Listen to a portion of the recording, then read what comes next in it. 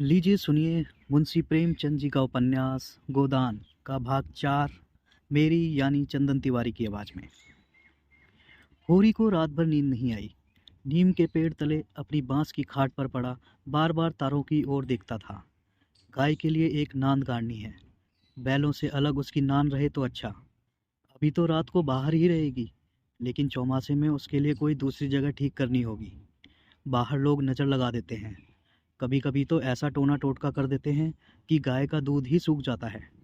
थन में हाथ ही नहीं लगाने देती, लात मारती है। नहीं, बाहर बांधना ठीक नहीं। और बाहर नांद भी कौन गाड़ने देगा। कारिंदा साहब नज़र के लिए मुंह फुलाएंगे। छोटी छोटी बात के लिए राय साहब के पास फरियाद ले जाना भी उचित नहीं। और कारिंदे के सामने मेरी सुनता कौन है। उनसे कुछ कहूँ तो कारिंदा दुश्मन हो जाए। जल में रहकर मगर से बैर करना लड़कपन है। भीतर ही बांधूंगा। आंगन है तो छोटा सा, लेकिन एक मड़ैया डाल देने से काम चल जाएगा। अभी पहला ही बयान है। 5 सेर से कम क्या दूध देगी। सेर भर तो गोबर ही को चाहिए। रुपया दूध देखकर कैसे ललचाती रहती है। अब पिए जितना चाहे। कभी कभी 2-4 सेर मालिकों को दे आया करूँगा। कारिंदा साहब की पूजा भी करनी ही होगी। और भोला के रुपए भी दे देना चाहिए। सगाई के ठकोसले में उसे क्यों डालूं। जो आदमी अपने ऊपर इतना विश्वास करे, उससे दगा करना नीचता है। 80 रुपए की गाय मेरे विश्वास पर दे दी। नहीं, यहाँ तो कोई एक पैसे को नहीं पतियाता। सन में क्या कुछ ना मिलेगा। अगर 25 रुपए भी दे दूं तो भोला को ढांढस हो जाए। धनिया से नाहक बता दिया। चुपके से गाय लेकर बांध देता तो चकरा जाती। लगती पूछने किसकी गाय है, कहाँ से लाए हो। खूब दिख करके तब बताता। लेकिन जब पेट में बात पचे भी, कभी 2-4 पैसे ऊपर से आ जाते हैं, उनको भी तो नहीं छिपा सकता। और यह अच्छा भी है, उसे घर की चिंता रहती है। अगर उसे मालूम हो जाए कि इनके पास भी पैसे रहते हैं तो फिर नखरे बघाड़ने लगे। गोबर जरा आलसी है।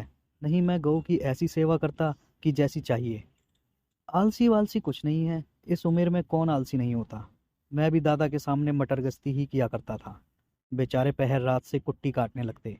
कभी द्वार पर झाड़ू लगाते, कभी खेत में खाद फेंकते। मैं पड़ा सोता रहता था। कभी जगा देते तो मैं बिगड़ जाता और घर छोड़कर भाग जाने की धमकी देता था। लड़के जब अपने माँ बाप के सामने भी जिंदगी का थोड़ा सा सुख ना भोगेंगे, तो फिर जब उनके सिर पड़ेगी तो क्या भोगेंगे। दादा के मरते ही क्या मैंने घर नहीं संभाल लिया। सारा गांव यही कहता था कि होरी घर बर्बाद कर देगा। लेकिन सिर पर बोझ पड़ते ही मैंने ऐसा चोला बदला कि लोग देखते रह गए। शोभा और हीरा अलग ही हो गए। नहीं, आज इस घर की और ही बात होती। 3 हल एक साथ चलते। अब तीनों अलग अलग चलते हैं। बस समय का फेर है। धनिया का क्या दोष था। बेचारी जब से घर में आई, कभी तो आराम से न बैठी। डोली से उतरते ही सारा काम सिर पर उठा लिया। अम्मा को पान की तरह फेरती रहती थी। जिसने घर के पीछे अपने को मिटा दिया, देवरानियों से काम करने को कहती थी तो क्या बुरा करती थी। आखिर उसे भी तो कुछ आराम मिलना चाहिए। लेकिन भाग्य में आराम लिखा होता तब तो मिलता। तब देवरों के लिए मरती थी, अब अपने बच्चों के लिए मरती है। वह इतनी सीधी, गमखोर, निर्छल न होती तो आज शोभा और हीरा जो मूँछों पर ताव देते फिरते हैं, कहीं भीख मांगते होते। आदमी कितना स्वार्थी हो जाता है। जिसके लिए लड़ो वही जान का दुश्मन हो जाता है। होरी ने फिर पूर्व की ओर देखा। शायद भिनसार हो रहा है। गोबर काहे को जागने लगा। नहीं, कह के तो यही सोया था कि मैं अंधेर ही चला जाऊंगा, जाकर नांद तो गाड़ दूं। लेकिन नहीं, जब तक गाय द्वार पर ना आ जाए नांद गाड़ना ठीक नहीं। कहीं भोला बदल गए या और किसी कारण से गाय ना दी तो सारा गांव तालियां पीटने लगेगा। चले थे गाय लेने, पट्टे ने इतनी फुर्ती से नांद गाड़ दी, मानो इसी की कसर थी। भोला है तो अपने घर का मालिक, लेकिन जब लड़के सयाने हो गए तो बाप की कौन चलती है। कामता और जंगी अकड़ जाएं तो क्या भोला अपने मन से गाय मुझे दे देंगे। कभी नहीं। सहसा गोबर चौंक कर उठ बैठा और आंखें मलता हुआ बोला, अरे, यह तो भोर हो गया। तुमने नांद गाड़ दी दादा। होरी गोबर के सुगठित शरीर और चौड़ी छाती की ओर गर्व से देखकर और मन में यह सोचते हुए कि कहीं इसे गोरस मिलता तो कैसा पट्ठा हो जाता, बोला, नहीं, अभी नहीं गाड़ी। सोचा कहीं ना मिले तो नाहक बद्ध हो। गोबर ने त्योरी चढ़ाकर कहा, मिलेगी क्यों नहीं। उसके मन में कोई चोर बैठ जाए। चोर बैठे या डाकू, गाय तो उन्हें देनी ही पड़ेगी। गोबर ने और कुछ ना कहा। लाठी कंधे पर रखी और चल दिया। होरी उसे जाते देखता हुआ अपना कलेजा ठंडा करता रहा। अब लड़के की सगाई में देर न करनी चाहिए। सत्र वहाँ लग गया, मगर कैसे करें? कहीं पैसे के भी दर्शन हो। जब से तीनों भाइयों में अलगोजा हो गया, घर की साख जाती रही। महतो लड़का देखने आते हैं, पर घर की दशा देखकर मुंह फीका करके चले जाते हैं। दो एक राजी भी हुए तो रुपए मांगते हैं। 200-300 लड़की का दाम चुकाएं और इतना ही ऊपर से खर्च करें, तब जाकर ब्याह हो। कहाँ से आए इतने रुपए? रास खलिहान में तुल जाती है, खाने भर को भी नहीं बचता, ब्याह कहाँ से हो? अब तो सोना और ब्याहने योग्य हो गई। लड़के का ब्याहना हुआ ना सही, लड़की का ब्याहना हुआ तो सारी बिरादरी में हंसी होगी। पहले तो उसी की सगाई करनी है, पीछे देखी जाएगी। एक आदमी ने आकर राम राम किया और पूछा, तुम्हारी कोठी में कुछ बास होंगे महतो? होरी ने देखा, दमड़ी बंसार सामने खड़ा है। नाटा काला, खूब मोटा, चौड़ा मुंह, बड़ी बड़ी मूछें, लाल आंखें, कमर में बांस काटने की कटार खोसे हुए। साल में एक दो बार आकर चींके, कुर्सियां, मोढ़े, टोकरियां आदि बनाने के लिए कुछ बांस काट ले जाता था। होरी प्रसन्न हो गया। मुट्ठी गर्म होने की कुछ आशा बंधी। चौधरी को ले जाकर अपनी तीनों कोठियां दिखाई, मोल भाव किया और 25 रुपये सैकड़े में 50 बांसों का बयाना ले लिया। फिर दोनों लौटे। होरी ने उसे चिलम पिलाई, जलपान कराया और तब रहस्यमय भाव से बोला, मेरे बांस कभी 30 रुपये से कम में नहीं जाते, लेकिन तुम घर के आदमी हो, तुमसे क्या मोल भाव करता? तुम्हारा वह लड़का जिसकी सगाई हुई थी अभी परदेश से लौटा कि नहीं? चौधरी ने चिलम का दम लगाकर हंसते हुए कहा, उस लौंडे के पीछे तो मर मिटा मैं तो। जवान बहू घर में बैठी थी और वह बिरादरी की एक दूसरी औरत के साथ परदेश में मौज करने चल दिया। बहू भी दूसरे के साथ निकल गई। बड़ी नासिक जात है मैं तो, किसी की नहीं होती। कितना समझाया कि तू जो चाहे खा, जो चाहे पहन, मेरी नाक न कटवा, मुदा कौन सुनता है? औरत को भगवान सब कुछ दे, रूप न दे, नहीं वह काबू में नहीं रहती। कोठियां तो बट गई होंगी। होरी ने आकाश की ओर देखा और मानो उसकी महानता से उड़ता हुआ बोला, सब कुछ बट गया चौधरी। जिनको लड़कों की तरह पाला पोसा, वह अब बराबर के हिस्सेदार हैं, लेकिन भाई का हिस्सा खाने की अपनी नीयत नहीं। इधर तुमसे रुपए मिलेंगे, उधर दोनों के भाइयों को बांट दूंगा। 4 दिन की जिंदगी में क्यों किसी से छल कपट करूं? नहीं कह दूं कि 20 रुपये सैकड़े में बेचे हैं तो उन्हें क्या पता लगेगा? तुम उनसे कहने थोड़ी ही जाओगे। तुम्हें तो मैंने बराबर अपना भाई समझा है। व्यवहार में हम भाई के अर्थ का कितना ही दुरुपयोग करें, लेकिन उसकी भावनाओं में जो पवित्रता है वह हमारी कालिमा से कभी मलिन नहीं होती। होरी ने अप्रत्यक्ष रूप से यह प्रस्ताव करके चौधरी के मुंह की ओर देखा कि स्वीकार करता है या नहीं। उसके मुख पर कुछ ऐसा मिथ्या विनीत भाव प्रकट हुआ जो भिक्षा मांगते समय मोटे भिक्षुओं पर आ जाता है। चौधरी ने होरी का आसन पाकर चाबुक जमाया। हमारा तुम्हारा पुराना भाईचारा है मैं तो, ऐसी बात है भला? लेकिन बात यह है कि ईमान आदमी बेचता है तो किसी लालच से। 20 रुपये नहीं, मैं 15 रुपये कहूँगा, लेकिन जो 20 रुपये के दाम लो। होरी ने खिसियाकर कहा, तुम तो चौधरी अंधेर करते हो। 20 रुपये में कहीं ऐसे बांस जाते हैं? ऐसे क्या, इनसे अच्छे बांस जाते हैं 10 रुपये पर। हाँ, 10 कोस और पश्चिम चले जाओ। मोल बांस का नहीं है, शहर के नगीच होने का है। आदमी सोचता है जितनी देर वहाँ जाने में लगेगी उतनी देर में तो 2-4 रुपये का काम हो जाएगा। सौदा पट गया। चौधरी ने मिर्जई उतार कर छान पर रख दी और बांस काटने लगा। ऊख की सिंचाई हो रही थी। हीरा बहू कलेवा लेकर कुएं पर जा रही थी।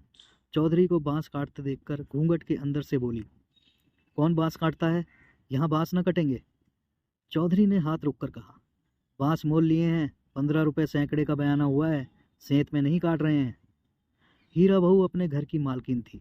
उसी के विद्रोह से भाइयों में अलगोजा हुआ था। धनिया को परास्त करके शेर हो गई थी। हीरा कभी कभी उसे पीटता था। अभी हाल में इतना मारा था कि वह कई दिन तक खाट से न उठ सकी, लेकिन अपना पदाधिकार वह किसी तरह से न छोड़ती थी। हीरा क्रोध में उसे मारता था, लेकिन चलता था उसी के इशारों पर। उस घोड़े की भांति जो कभी कभी स्वामी को लात मारकर भी उसी के आसन के नीचे चलता है। कलेवी की टोकरी सिर से उतार कर बोली, 15 रुपये में हमारे बांस न जाएंगे। चौधरी औरत जात के इस विषय में बातचीत करना नीति विरुद्ध समझते थे। बोले, जाकर अपने आदमी को भेज दे, जो कुछ कहना हो आकर कहे। हीरा बहू का नाम था पुन्नी। बच्चे 2 ही थे, लेकिन ढल गई थी। बनाव श्रृंगार के समय के आघात का शमन करना चाहती थी, लेकिन गृहस्थी में भोजन ही का ठिकाना ना था। श्रृंगार के लिए पैसे कहाँ से आते? इस अभाव और व्यवस्था ने उसकी प्रकृति का जल सुखाकर कठोर और शुष्क बना दिया था, जिस पर एक बार फावड़ा भी उचट जाता था। समीप आकर चौधरी का हाथ पकड़ने की चेष्टा करती हुई बोली, आदमी को क्यों भेज दूं? जो कुछ कहना हो मुझसे कहो।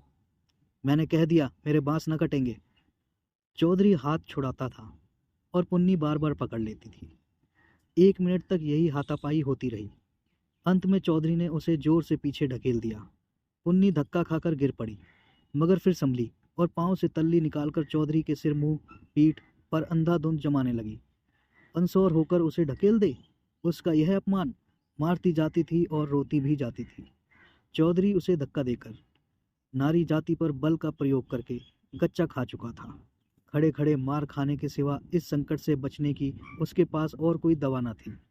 पुन्नी का रोना सुनकर होरी भी दौड़ा। पुन्नी ने उसे देखकर और जोर से चिल्लाना शुरू किया। होरी ने समझा चौधरी ने पुनिया को मारा है। खून ने जोश मारा और अलगोजे की ऊंची बांध को तोड़ता हुआ सब कुछ अपने अंदर समेटने के लिए बाहर निकल पड़ा। चौधरी को जोर से एक लात जमाकर बोला, अब अपना भला चाहते हो चौधरी तो यहाँ से चले जाओ, नहीं तुम्हारे लहास उठेगी। तुमने अपने को समझा क्या है? तुम्हारी इतनी मजाल कि मेरी बहू पर हाथ उठाओ। चौधरी कसमें खा खा कर अपनी सफाई देने लगा। तलियों की चोट में उसकी अपराधी आत्मा मौन थी। यह लात उसे निरपराध मिली और उसके फूले हुए गाल आंसुओं से भीग गए। उसने तो बहू को छुआ भी नहीं। क्या वह इतना गवार है कि महतो की घर की औरतों पर हाथ उठाएगा? होरी ने अविश्वास करके कहा, आंखों में धूल मत झोंको चौधरी। तुमने कुछ कहा नहीं तो बहू झूठ मूठ रोती है। रुपए की गर्मी है तो वह निकाल दी जाएगी। अलग है तो क्या हुआ, है तो एक खून। कोई तिरछी आंख से देखे तो आंख निकाल लें। पुन्नी चंडी बनी हुई थी, गला फाड़ कर बोली, तूने मुझे धक्का देकर गिरा नहीं दिया? खा जा अपने बेटे की कसम। हीरा को भी खबर मिली कि चौधरी और पुनिया में लड़ाई हो रही है। चौधरी ने पुनिया को धक्का दिया। पुनिया ने उसे तल्लियों से पीटा। उसने पुर वहीं छोड़ा और ओंगी लिए घटनास्थल की ओर चला। गांव में अपने क्रोध के लिए प्रसिद्ध था। छोटा डील, गठा हुआ शरीर, आंखें कौड़ी की तरह निकल आई थीं और गर्दन की नसें तन गई थीं। मगर उसे चौधरी पर क्रोध न था, क्रोध था पुनिया पर। वह क्यों चौधरी से लड़ी? क्यों उसकी इज्जत मिट्टी में मिला दी? बंसोर से लड़ने झगड़ने का उसे क्या प्रयोजन था? उसे जाकर हीरा ने सारा समाचार कह देना चाहिए था। हीरा जैसा उचित समझता करता। वह उससे लड़ने क्यों गई? उसका बस होता तो वह पुनिया को पर्दे में रखता। पुनिया किसी बड़े से मुंह खोलकर बातें करे, यह उसे असह्य था। वह खुद जितना उद्दंड था, पुनिया को उतना ही शांत रखना चाहता था। जब भैया ने 15 रुपए में सौदा कर लिया तो यह बीच में कूदने वाली कौन? आते ही उसने पुन्नी का हाथ पकड़ लिया और घसीटता हुआ अलग ले जाकर लाते जमाने लगा। हरामजादी, तू हमारी नाक कटवाने पर लगी हुई है। तू छोटे छोटे आदमियों से लड़ती फिरती है। किसकी पगड़ी नीचे होती है? एक लात और जमा कर। हम तो वहाँ कलेव की बाट देख रहे हैं, तू यहाँ लड़ाई ठाने बैठी है। इतनी बेशर्मी! आँख का पानी ऐसा गिर गया, खोद कर गाड़ दूंगा। पुन्नी हाय हाय करती जाती थी और कोसती जाती थी। तेरी मिट्टी उठे, तुझे हैजा हो जाए, तुझे मेरी आए। देवी मैया तुझे लील जाए, तुझे इन्फ्लुएंजा हो जाए। भगवान करे तू कूड़ी हो जाए, हाथ पांव कट कट कर गिरे। और गालियां तो हीरा खड़ा खड़ा सुनता रहा, लेकिन यह पिछली गाली उसे लग गई। हैजा? मरी आदि में विशेष कष्ट न था। इधर बीमार पड़े, उधर विदा हो गए। लेकिन कोढ़, यह घिनौनी मौत, और उससे भी घिनौना जीवन। वह तिलमिला उठा, दांत पीसता हुआ फिर पुनिया पर झपटा और झोंटे पकड़कर फिर उसका सिर जमीन पर रगड़ता हुआ बोला, हाथ पांव कटकर गिर जाएंगे तो मैं तुझे लेकर चाटूंगा। तू ही मेरे बाल बच्चों को पालेगी, हैं? तू इतनी बड़ी गृहस्थी चलाएगी? तू तो दूसरा भरतार करके किनारे खड़ी हो जाएगी। चौधरी को पुनिया की इस दुर्गति पर दया आ गई। हीरा को उदारता पूर्वक समझाने लगा, हीरा मैं तो अब जाने दो, बहुत हुआ। क्या हुआ, बहू ने मुझे मारा? मैं तो छोटा नहीं हो गया? धन्य भाग कि भगवान ने यह तो दिखाया। हीरा ने चौधरी को डांटा, तुम चुप रहो चौधरी, नहीं मेरे क्रोध में पड़ जाओगे तो बुरा होगा। औरत जात इसी तरह बकती है। आज को तुमसे लड़ गई, कल को दूसरों से लड़ जाएगी। तुम भले मानस हो, हंसकर टाल गए, दूसरा तो बर्दाश्त न करेगा। कहीं उसने भी हाथ छोड़ दिया तो कितनी आबरू रह जाएगी बताओ। इस ख्याल ने उसके क्रोध को फिर भड़काया। लपका था कि होरी ने दौड़कर पकड़ लिया और उसे पीछे हटाते हुए बोला, अरे हो तो गया, देख तो लिया दुनिया ने कि बड़े बहादुर हो। अब क्या उसे पीस कर पी जाओगे। हीरा अब भी बड़े भाई का अदब करता था, सीधे सीधे ना लड़ता था। चाहता तो एक झटके में अपना हाथ छुड़ा लेता, लेकिन इतनी बेअदबी न कर सका। चौधरी की ओर देखकर बोला, अब खड़े क्या ताकते हो, जाकर अपने बांस काटो। मैंने सही कर दिया, 15 रुपए सैकड़े में तय है। कहाँ तो पुन्नी रो रही थी, कहाँ झमक कर उठी और अपना सिर पीट कर बोली, लगा दे घर में आग, मुझे क्या करना है। आग फूट गया कि तुम जैसी कसाई के पाले पड़ी, लगा दे घर में आग। उसने कलेऊ की टोकरी वहीं छोड़ दी और घर की ओर चली। हीरा गरजा, वहाँ कहाँ जाती है, चल कुएं पर, नहीं खून पी जाऊंगा। पुनिया के पांव रुक गए। इस नाटक का दूसरा अंक ना खेलना चाहती थी। चुपके से टोकरी उठाकर रोती हुई कुएं की ओर चली। हीरा भी पीछे पीछे चला। होरी ने कहा, अब फिर मार धाड़ न करना, इससे औरत बेशरम हो जाती है। धनिया ने द्वार पर आकर हाँक लगाई, तुम वहाँ खड़े खड़े क्या तमाशा देख रहे हो, कोई तुम्हारी सुनता भी है कि यूं ही शिक्षा दे रहे हो। उस दिन इसी बहू ने तुम्हें घूंघट की आड़ में दाढ़ी चोर कहा था, भूल गए। बहुरिया होकर पराए मर्दों से लड़ेगी तो डांटी ना जाएगी। होरी द्वार पर आकर नटखटपन के साथ बोला, और जो मैं इसी तरह तुझे मारूं, क्या कभी मारा नहीं है जो मारने की साध बनी हुई है। इतनी बेदर्दी से मारता तो तू घर छोड़कर भाग जाती। पुनिया बड़ी गमखोर है। ओहो, ऐसे ही तो बड़े दरवाले हो, अभी तक मार का दाग बना हुआ है। हीरा मारता है तो दुलारता भी है। तुमने खाली मारना सीखा, दुलार करना सीखा ही नहीं। मैं ही ऐसी हूँ कि तुम्हारे साथ निभा हुआ। अच्छा रहने दे, बहुत अपना बखान न कर। तू ही रूट रूट कर नहर भागती थी, जब महीनों खुशामद करता था तब जाकर आती थी। जब अपनी गरज सताती थी तब मनाने जाते थे लाला, मेरे दुलार से नहीं जाते थे। इसी से तो मैं सबसे तेरा बखान करता हूँ। वैवाहिक जीवन के प्रभात में लालसा अपनी गुलाबी मादकता के साथ उदय होती है और हृदय के सारे आकाश को अपने माधुर्य की सुनहरी किरणों से रंजित कर देती है।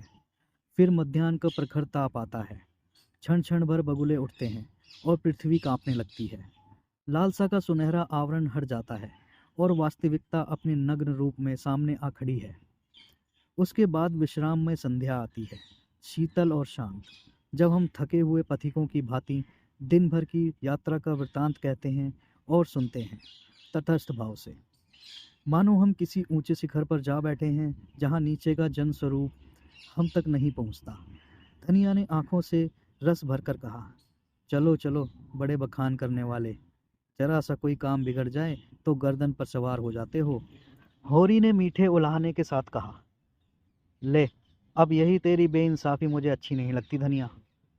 भोला से पूछ मैंने उनसे तेरे बारे में क्या कहा था। धनिया ने बात बदल कर कहा, देखो, गोबर गाय लेकर आता है कि खाली हाथ। चौधरी ने पसीने में लथपथ आकर कहा, मैं तो चलकर बांस गिन लो, कल ठेला लाकर उठा ले जाऊंगा। होरी ने बांस गिनने की जरूरत न समझी। चौधरी ऐसा आदमी नहीं है, फिर एक आध बांस बेसी काट ही लेगा तो क्या, रोज ही तो मंगनी बांस कटते रहते हैं। सहालगों में तो मंडप बनाने के लिए लोग दर्जनों बांस काट ले जाते हैं। चौधरी ने 7.5 रुपए निकाल कर उसके हाथ में रख दिए। होरी ने गिनकर कहा, और निकालो, हिसाब से 2.5 और होते हैं। चौधरी ने बेमुरौवती से कहा, 15 रुपए में तय हुए हैं कि नहीं। 15 रुपए में नहीं, 20 रुपए में। हीरा महतो ने तुम्हारे सामने 15 रुपए कहे थे, कहो तो बुला लाऊं। तय तो 20 रुपए में ही हुए थे चौधरी, अब तुम्हारी जीत है, जो चाहे कहो। 2.5 रुपए निकलते हैं, तुम 2 ही दे दो। मगर चौधरी कच्ची गोलियां ना खेला था। अब उसे किसका डर। होरी के मुंह में तो ताला पड़ा हुआ था, क्या कहे। माथा ठोक कर रह गया। बस इतना बोला, यह अच्छी बात नहीं है चौधरी, 2 रुपए दबाकर राजा ना हो जाओगे। चौधरी तीक्ष्ण स्वर में बोला, और तुम क्या भाइयों के थोड़े से पैसे दबाकर राजा हो जाओगे। 2.5 रुपए पर अपना ईमान बिगाड़ रहे थे, उस पर मुझे उपदेश देते हो। अभी पर्दा खोल दूं तो सिर नीचे हो जाए। होरी पर जैसे सैकड़ों जूते पड़ गए। चौधरी तो रुपए सामने जमीन पर रखकर चला गया, पर वह नीम के नीचे बैठा बड़ी देर तक पछताता रहा। वह कितना लोभी और स्वार्थी, इसका उसे आज पता चला। चौधरी ने 2.5 रुपए दे दिए होते तो वह खुशी से कितना फूल उठता, अपनी चालाकी को सराहता कि बैठे बिठाए 2.5 रुपए मिल गए। ठोकर खाकर ही तो हम सावधानी के साथ पग उठाते हैं। धनिया अंदर चली गई थी। बाहर आई तो रुपए जमीन पर पड़े देखे। गिनकर बोली, और रुपए क्या हुए? 10 ना चाहिए? होरी ने लंबा मुंह बनाकर कहा, हीरा ने 15 रुपए में दे दिए तो मैं क्या करता? हीरा 5 रुपए में दे दे, हम नहीं देते इन दामों। वहां मारपीट हो रही थी, मैं बीच में क्या बोलता। होरी ने अपनी पराजय अपने मन में ही डाल ली, जैसे कोई चोरी से आम तोड़ने के लिए पेड़ पर चढ़े और गिर पड़ने पर धूल झाड़ता हुआ उठ खड़ा हो कि कोई देख न ले। जीत कर आप अपनी धोखेबाजियों की डींग मार सकते हैं। जीत से सब कुछ माफ है। हार की लज्जा तो पी जाने की वस्तु है। धनिया पति को फटकारने लगी। ऐसे सुअवसर उसे बहुत कम मिलते थे। होरी उससे चतुर था, पर आज बाजी धनिया के हाथ थी। हाथ मटकाकर बोली, क्यों ना हो, भाई ने 15 रुपए कह दिए तो तुम कैसे टोकते? अरे राम राम, लाडले भाई का दिल छोटा हो जाता कि नहीं? फिर जब इतना बड़ा अनर्थ हो रहा था कि लाडली बहू के गले पर छुरी चल रही थी, तो भला तुम कैसे बोलते?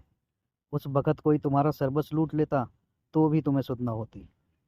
होरी चुपचाप सुनता रहा, मिनका तक नहीं।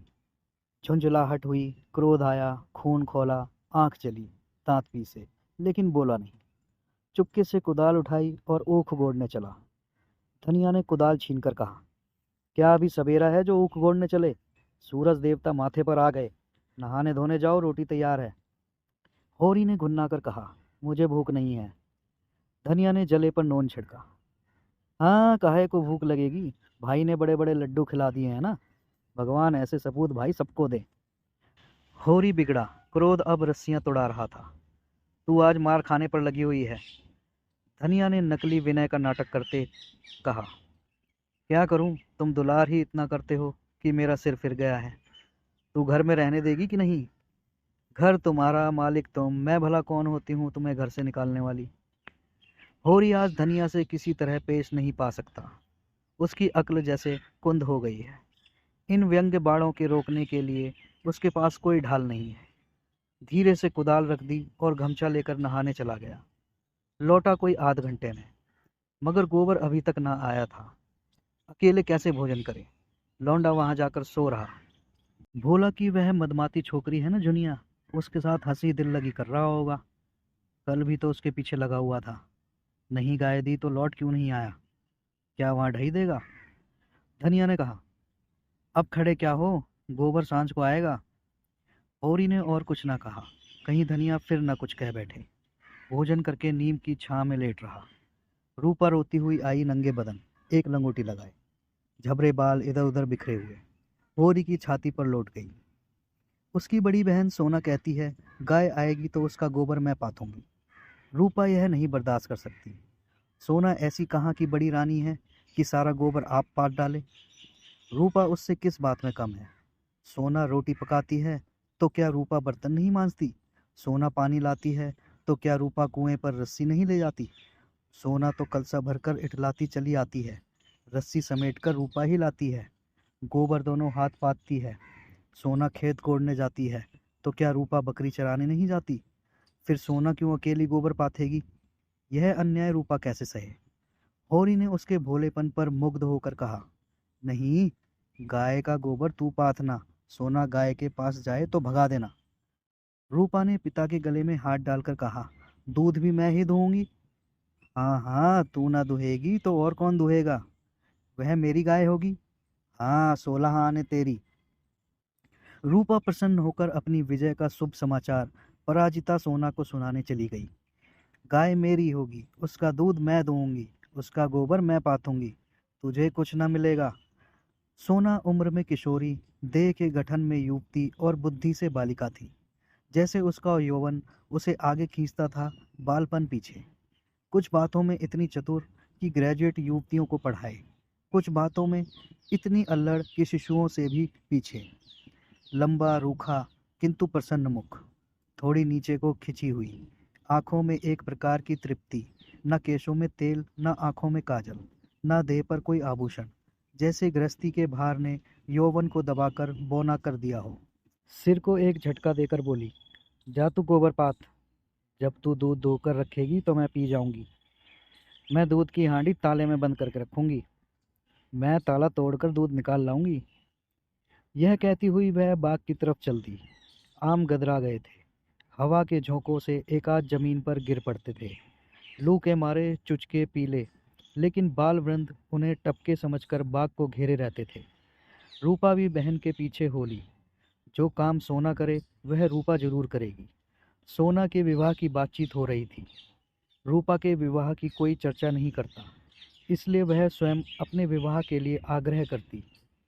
उसका दूल्हा कैसा होगा, क्या क्या लाएगा, उसे कैसे रखेगा, उसे क्या खिलाएगा, क्या पहनाएगा, इसका वह बड़ा विशद वर्णन करती, जिसे सुनकर कदाचित कोई बालक उससे विवाह करने पर राजी न होता। सांझ हो रही थी। होरी ऐसा अलसाया कि ऊख गोड़ने ना जा सका। बैलों को नांद में लगाया, सानी खाली दी और कुछ एक चिलम भरकर पीने लगा। इस फसल में सब कुछ खलिहान में तौल देने पर भी अभी उस पर कोई 300 कर्ज था, जिस पर कोई 100 रुपये सूद के पड़ते जाते थे। मंगरू शाह से आज 5 साल हुए बैल के लिए 60 रुपये लिए थे। उसमें 60 दे चुका था, पर वह 60 रुपये ज्यों के त्यों बने हुए थे। दाता दीन पंडित से 30 रुपये लेकर आलू बोए थे। आलू तो चोर खोद ले गए, और उस 30 के इन 3 वर्षों में 100 हो गए थे। दुलारी विधवा सहुआइन थी, जो गांव में नोन तेल तमाकू की दुकान रखे हुए थी। बंटवारे के समय उसने 40 रुपये लेकर भाइयों को देना पड़ा था। उसके भी लगभग 100 रुपये हो गए थे, क्योंकि आने रुपये का ब्याज था।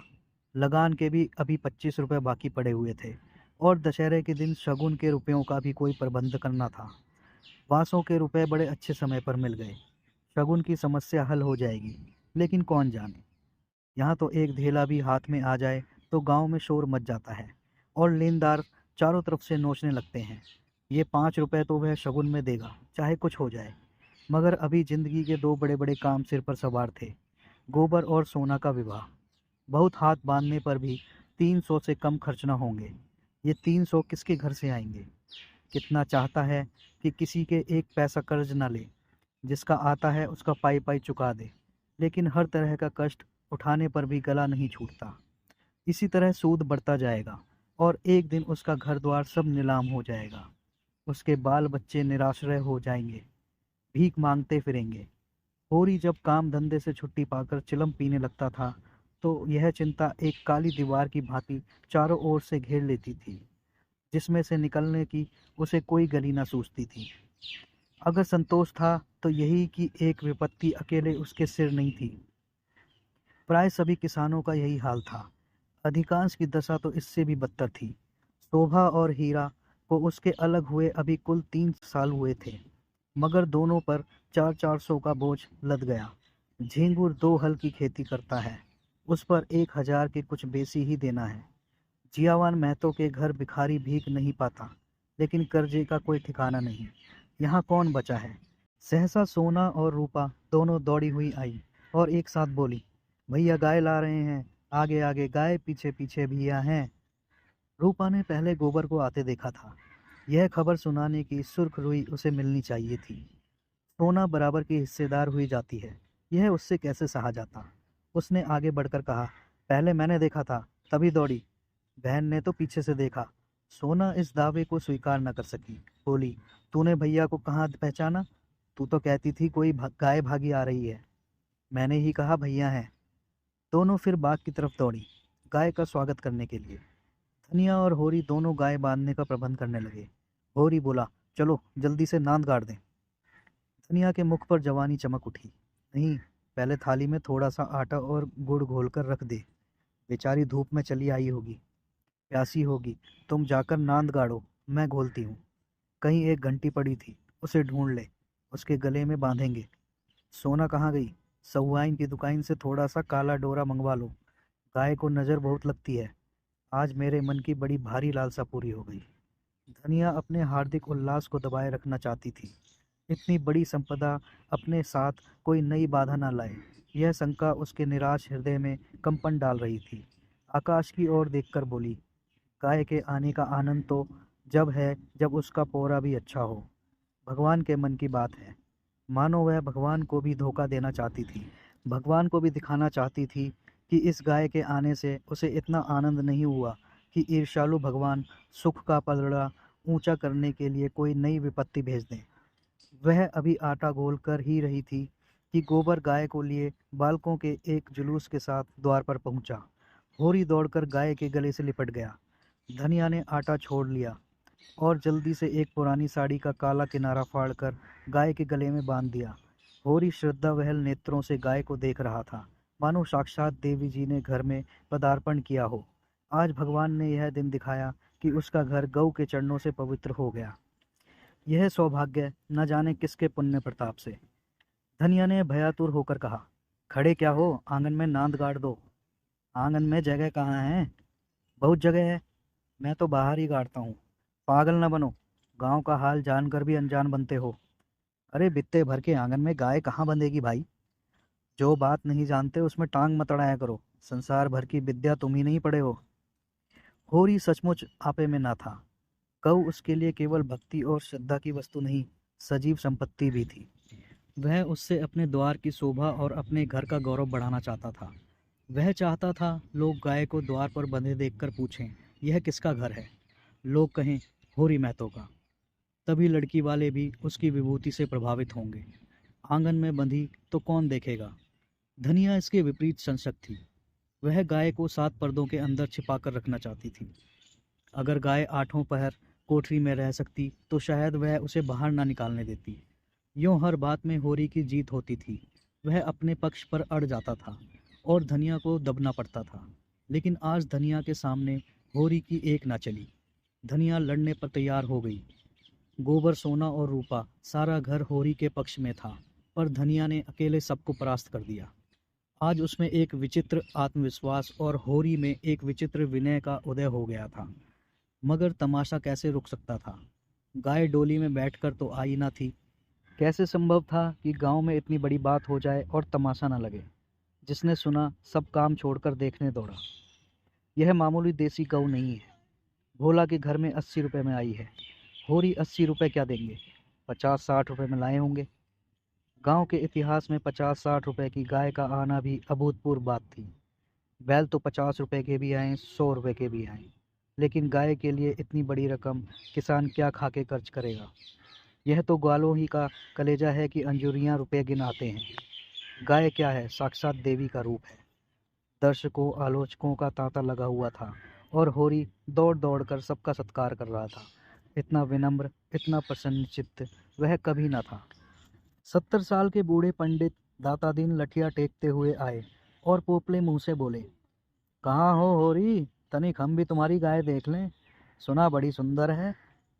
होरी ने दौड़कर पालागन किया और मन में अभिमानमय उल्लास का आनंद उठाता हुआ बड़े सम्मान से पंडित जी को आंगन में ले गया।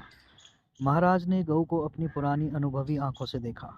सींगें देखी, थन देखा, पुट्ठा देखा और घनी सफ़ेद बाहों के नीचे छिपी हुई आंखों में जवानी की उमंग भरकर बोले, कोई दोष नहीं है बेटा, बाल भौरी सब ठीक। भगवान चाहेंगे तो तुम्हारे भाग खुल जाएंगे। ऐसे अच्छे लक्षण हैं कि वाह, बस रातिब न कम होने पाए। एक एक बाछा 100-100 का होगा। होरी ने आनंद के सागर में डुबकियां खाते हुए कहा, सब आपका आशीर्वाद है दादा। दाता दीन ने सुरती की पीक थूकते हुए कहा, मेरा आशीर्वाद नहीं है बेटा, भगवान की दया है। यह सब प्रभु की दया है। रुपए नकद दिए? होरी ने बेपरखी उड़ाई। अपने महाजन के सामने भी अपनी समृद्धि प्रदर्शन का ऐसा अवसर पाकर वह कैसे छोड़े? टके की नई टोपी सिर पर रखकर जब हम अकड़ने लगते हैं, जरा देर के लिए किसी सवारी पर बैठकर जब हम आकाश में उड़ने लगते हैं, तो इतनी बड़ी विभूति पाकर क्यों ना उसका दिमाग आसमान पर चढ़े। बोला, भोला ऐसा भला मानस नहीं है महाराज, नकद गिनाए पूरे चौकस। अपने महाजन के सामने यह डींग मारकर होरी ने नादानी तो की थी, पर दाता दीन के मुख पर असंतोष का कोई चिन्ह ना दिखाई दिया। इस कथन में कितना सत्य है, यह उनकी उन बूझी आंखों से छिपा न रह सका, जिनमें ज्योति की जगह अनुभव छुपा बैठा था। प्रसन्न होकर बोले, कोई हर्ज नहीं बेटा, कोई हर्ज नहीं, भगवान सब कल्याण करेंगे। 5 सेर दूध है इसमें, बच्चे के लिए छोड़कर। धनिया ने तुरंत टोका, अरे नहीं महाराज, इतना दूध कहाँ, बुढ़िया तो हो गई है। फिर यहाँ रातिब कहाँ धरा है? दातादीन ने मर्म भरी आंखों से देखकर उसकी सतर्कता को स्वीकार किया, मानो कह रहे हों, गृहिणी का यही धर्म है, सीटना मर्दों का काम है, उन्हें सीटने दो। फिर रहस्य भरे स्वर में बोले, बाहर ना बांधना, इतना कहे देते हैं। धनिया ने पति की ओर विजयी आंखों से देखा, मानो कह रही हो, लो अब तो मानोगे। दातादीन से बोली, नहीं महाराज, बाहर क्या बांधेंगे, भगवान दें तो इसी आंगन में 3 गायें और बन सकती हैं। सारा गांव गाय देखने आया, नहीं आए तो शोभा और हीरा, जो अपने सगे भाई थे। होरी के हृदय में भाइयों के लिए अब भी कोमल स्थान था। वह दोनों आकर देख लेते और प्रसन्न हो जाते तो उनकी मनोकामना पूरी हो जाती। सांझ हो गई, दोनों पुर लेकर लौट आए। इसी द्वार से निकले, पर पूछा कुछ नहीं। होरी ने डरते डरते धनिया से कहा, न शोभा आया न हीरा, सुना न होगा। धनिया बोली, तो यहाँ कौन उन्हें बुलाने जाता है? तू बात तो समझती नहीं, लड़ने के लिए तैयार रहती है। भगवान ने जब यह दिन दिखाया है तो हमें सिर झुकाकर चलना चाहिए। आदमी को अपने संगों के मुंह से अपनी भलाई बुराई सुनने की जितनी लालसा होती है, बाहर वालों के मुंह से नहीं। फिर अपने भाई लाख बुरे हों, हैं तो अपने भाई ही। अपने हिस्से बखरे के लिए सभी लड़ते हैं, पर इससे खून थोड़े ही बढ़ जाता है। दोनों को बुलाकर दिखा देना चाहिए, नहीं कहेंगे गाय लाए, हमसे कहा तक नहीं। धनिया ने नाक सिकोड़कर कहा, मैंने तुमसे 100 बार 1000 बार कह दिया, मेरे मुंह पर भाइयों का बखान न किया करो। उनका नाम सुनकर मेरी देह में आग लग जाती है। सारे गांव ने सुना, क्या उन्होंने ना सुना होगा? कुछ इतनी दूर भी तो नहीं रहते, सारा गांव देखने आया। उन्हीं के पाँव में मेहंदी लगी हुई थी, मगर आए कैसे? जलन हो रही होगी कि इनके घर गाय आ गई, छाती फटी जाती होगी। दिया बत्ती का समय आ गया था। धनिया ने जाकर देखा तो बोतल में मिट्टी का तेल ना था। बोतल उठाकर तेल लाने चली गई। पैसे होते तो रूपा को बेचती, उधार लाना था। कुछ मुंह देखी कहेगी, कुछ लल्लो चप्पो करेगी, तभी तो तेल उधार मिलेगा। होरी ने रूपा को बुलाकर प्यार से गोद में बिठाया और कहा, जरा जाकर देख, हीरा काका आ गए कि नहीं। शोभा काका को भी देखती आना, कहना दादा ने तुम्हें बुलाया है। ना आए, हाथ पकड़कर खींच लाना। रूपा ठुनक कर बोली, छोटी काकी मुझे डांटती हैं। काकी के पास क्या करने जाएगी? फिर शोभा बहू तो तुझे प्यार करती हैं। शोभा काका मुझे चिढ़ाते हैं, कहते हैं मैं न कहूँगी। क्या कहते हैं बता? चिढ़ाते हैं। क्या कहकर चिढ़ाते हैं? कहते हैं तेरे लिए मूस पकड़ रखा है, ले जा भून कर खा ले। होरी के अंतस्थल में गुदगुदी हुई। तू कहती नहीं, पहले तुम खा लो तो मैं खाऊंगी। अम्मा मने करती हैं, कहती हैं उन लोगों के घर न जाया करो। तू अम्मा की बेटी है कि दादा की? रूपा ने उसके गले में हाथ डालकर कहा, अम्मा की, और हंसने लगी। तो फिर मेरी गोद से उतर जा, आज मैं तुझे अपनी थाली में न खिलाऊंगा। घर में एक ही फूल की थाली थी, होरी उसी थाली में खाता था। थाली में खाने का गौरव पाने के लिए रूपा होरी के साथ खाती थी। इस गौरव का परित्याग कैसे करे? हुमक कर बोली, अच्छा तुम्हारी, तो फिर मेरा कहना मानेगी कि अम्मा का? तुम्हारा। तो जाकर हीरा और शोभा को खींच ला, और जो अम्मा बिगड़े, अम्मा से कहने कौन जाएगा। रूपा कूदती हुई हीरा के घर चली। द्वेष का मायाजाल बड़ी बड़ी मछलियों को ही फंसाता है। छोटी मछलियां या तो उसमें फंसती ही नहीं या तुरंत निकल जाती हैं। उनके लिए वह घातक जाल क्रीड़ा की वस्तु है, भय की नहीं। भाइयों से होरी की बोलचाल बंद थी, पर रूपा दोनों घरों में आती जाती थी। बच्चों से क्या बैर, लेकिन रूपा घर से निकली ही थी कि धनिया तेल लिए मिल गई। उसने पूछा, सांझ की बेला कहाँ जाती है, चल घर। रूपा माँ को प्रसन्न करने के प्रलोभन को न रोक सकी। धनिया ने डांटा, चल घर, किसी को बुलाने नहीं जाना है। रूपा का हाथ पकड़े हुए वह घर लाई और होरी से बोली, मैंने तुमसे 1000 बार कह दिया, मेरे लड़कों को किसी के घर न भेजा करो। किसी ने कुछ कर करा दिया तो मैं तुम्हें लेकर चाटूंगी। ऐसा ही बड़ा प्रेम है तो आप क्यों नहीं जाते? अभी पेट नहीं भरा जान पड़ता है। होरी नान जमा रहा था, हाथों में मिट्टी लपेटे हुए अज्ञान का अभिनय करके बोला, किस बात पर बिगड़ती है भाई? यह तो अच्छा नहीं लगता कि अंधे कुकर की तरह हवा को भूखा करे। धनिया को कुप्पी में तेल डालना था, इस समय झगड़ा न बढ़ाना चाहती थी। रूपा भी लड़कों में जा मिली, पहर रात से ज़्यादा जा चुकी थी, नांद गड़ चुकी थी। सानी और खाली डाल दी गई थी। गाय मनमारे उदास बैठी थी, जैसे कोई वधू ससुराल आई हो। नान में मुंह तक न डालती थी। होरी और गोबर खाकर आधी रोटियां उसके लिए लेकर आए, पर उसने सूंघा तक नहीं। मगर यह कोई नई बात न थी। जानवरों को भी बहुधा घर छूट जाने का दुख होता है। होरी बाहर खाट पर बैठकर चिलम पीने लगा, तो फिर भाइयों की याद आई। नहीं, आज इस शुभ अवसर पर भाइयों की उपेक्षा नहीं कर सकता। उसका हृदय वह विभूति पाकर विशाल हो गया था। भाइयों से अलग हो गया है तो क्या हुआ, उनका दुश्मन तो नहीं है। यही गाय 3 साल पहले आई होती तो सभी का उस पर बराबर अधिकार होता, और कल को यही गाय दूध देने लगेगी तो क्या वह भाइयों के घर दूध ना भेजेगा या दही ना भेजेगा? ऐसा तो उसका धर्म नहीं है। भाई उसका बुरा चेतें, वह क्यों उनका बुरा चेते? अपनी अपनी करनी तो अपने अपने साथ है। उसने नारियल खाट के पाए से लगाकर रख दिया और हीरा के घर की ओर चला। शोभा का घर भी उधर ही था। दोनों अपने अपने द्वार पर लेटे हुए थे। काफी अंधेरा था। होरी पर उनमें से किसी की निगाह नहीं पड़ी। दोनों में कुछ बातें हो रही थी। होरी ठिठक गया और उनकी बातें सुनने लगा। ऐसा आदमी कहाँ है जो अपनी चर्चा सुनकर टाल जाए? हीरा ने कहा, जब तक एक में थे एक बकरी भी नहीं ली, अब पछाई गाय ली जाती है। भाई का हक मार कर किसी को फलते फूलते नहीं देखा। शोभा बोला, यह तुम अन्याय कर रहे हो हीरा। भैया ने एक एक पैसे का हिसाब दे दिया था। यह मैं कभी ना मानूंगा कि उन्होंने पहले की कमाई छिपा रखी थी। तुम मानो चाहे ना मानो, यह है पहले की कमाई। किसी पर झूठा इल्जाम ना लगाना चाहिए। अच्छा, तो ये रुपए कहाँ से आ गए? कहाँ से हुन बरस पड़ा?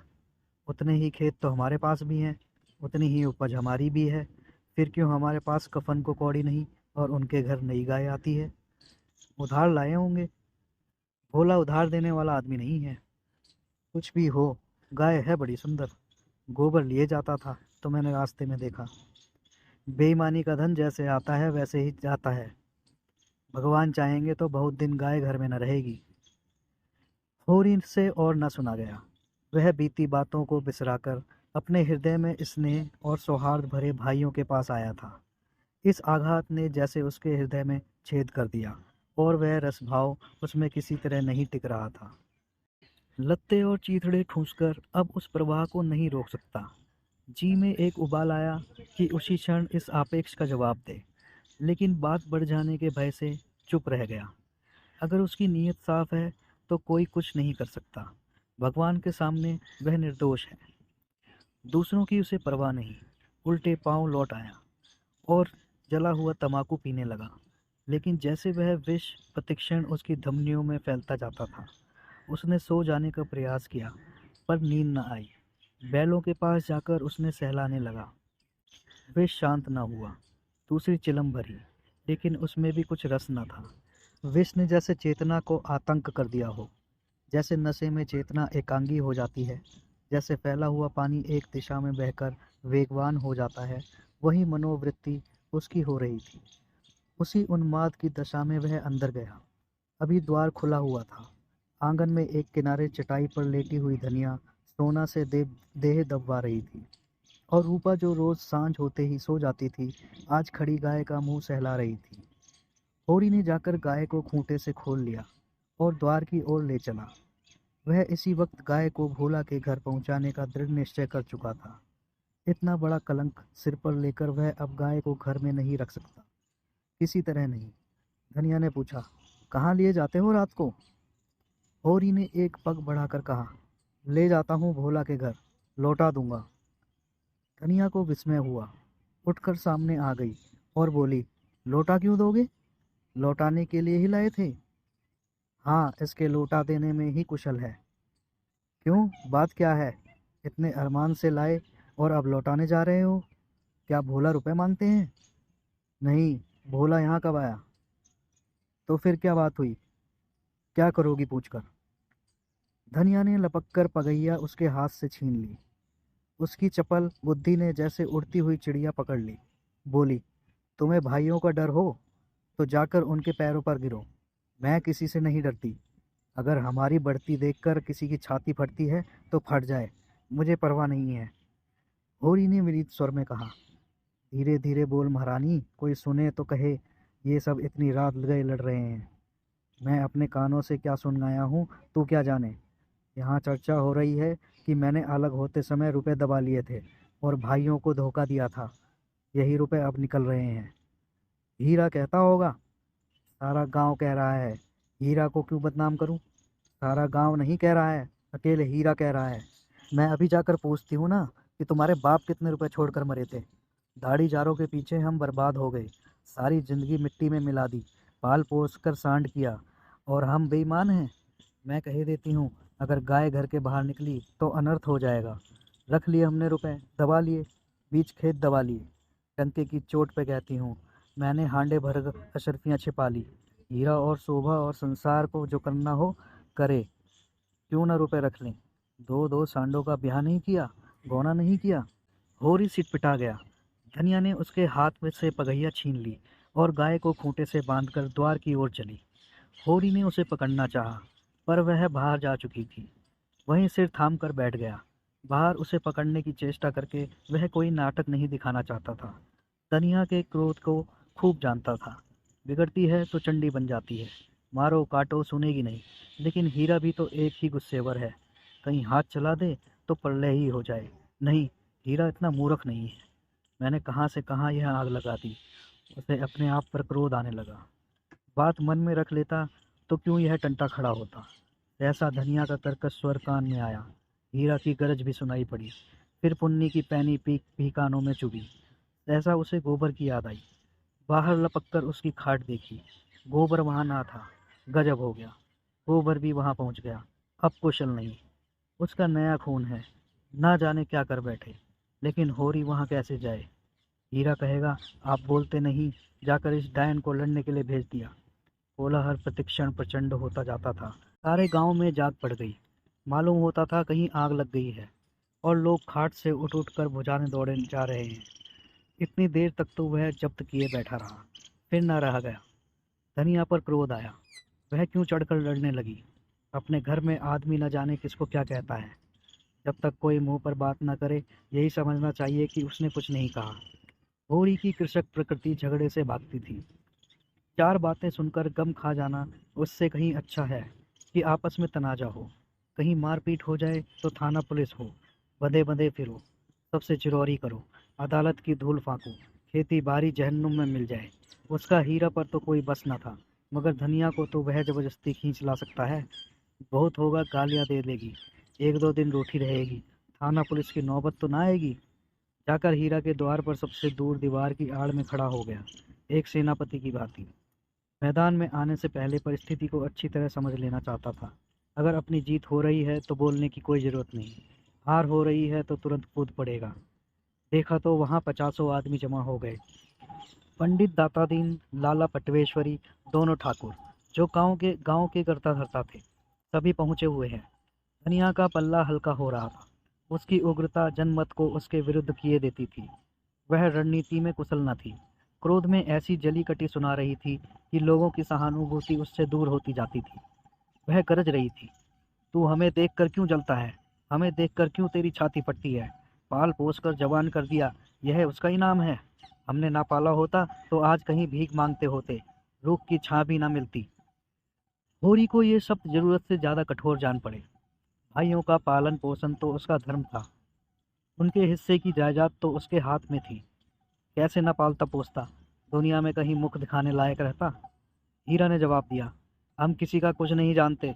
तेरे घर में कुत्तों की तरह एक टुकड़ा खाते थे और दिन भर काम करते थे। जाना ही नहीं कि लड़कपन और जवानी कैसी होती है। दिन दिन भर सूखा गोबर बिना करते थे, उस पर भी तू बिना 10 गाली दिए रोटी न देती थी। तेरी जैसी राक्षसिन के हाथ में पड़कर जिंदगी तलक हो गई। धनिया और भी तेज हुई, जबान संभाल, नहीं जीभ खींच लूंगी। राक्षसिन तेरी औरत होगी, तू है किस फेर में मूड़ी काटे, टुकड़े खोर नमक हराम। दाता दीन ने टोका, इतना कटु वचन क्यों कहती है धनिया? नारी का धर्म है कि गम खाए, वह तो उज्जड़ है, क्यों उसके मुंह लगती है? लाला पटवेश्वरी पटवारी ने उसका समर्थन किया। बात का जवाब बात है, गाली नहीं। तूने लड़कपन में उसे पाला पोसा, लेकिन यह क्यों भूल जाती है कि उसकी जायदाद तेरे हाथ में थी? धनिया ने समझा, सबके सब मिलकर मुझे नीचा दिखाना चाहते हैं। चौमुख लड़ाई लड़ने के लिए तैयार हो गई।